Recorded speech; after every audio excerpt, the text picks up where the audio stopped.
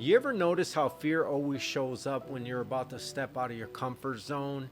It starts whispering all kinds of lies, telling us that we're not good enough, that we don't have what it takes, or that we're bound to fail.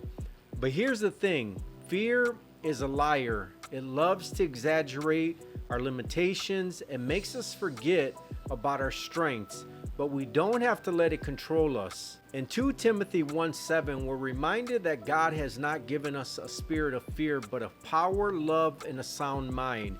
Fear isn't from God. It's something we create or something we allow to take root in us.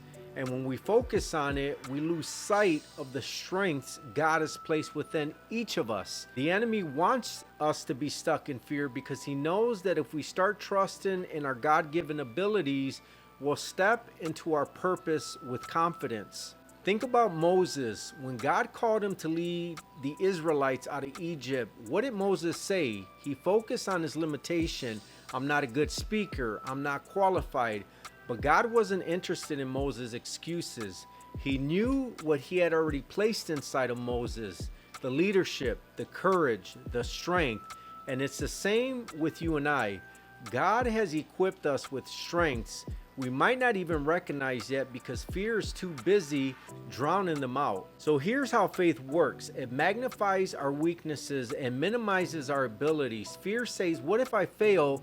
But faith says, what if I succeed? Fear says, I'm not ready, but faith says, God has prepared me for this moment. When we choose to focus on our strengths, on what we know God has gifted us, fear starts to lose its power. So, how do we overcome fear? First, we need to shift our focus. Philippians 4:13 says, I can do all things through Christ who strengthens me. That's where your real strength comes from, Christ. It's not about perfect or having it all figured out. It's about trusting that God has given us the tools and talents to face whatever challenges are in front of you and I. Second, we have to take action. Fear paralyzes us, but when we take even small steps towards our goals, we start to see just how capable we really are. Sometimes it's not until you push past that fear that you realize how strong you actually are.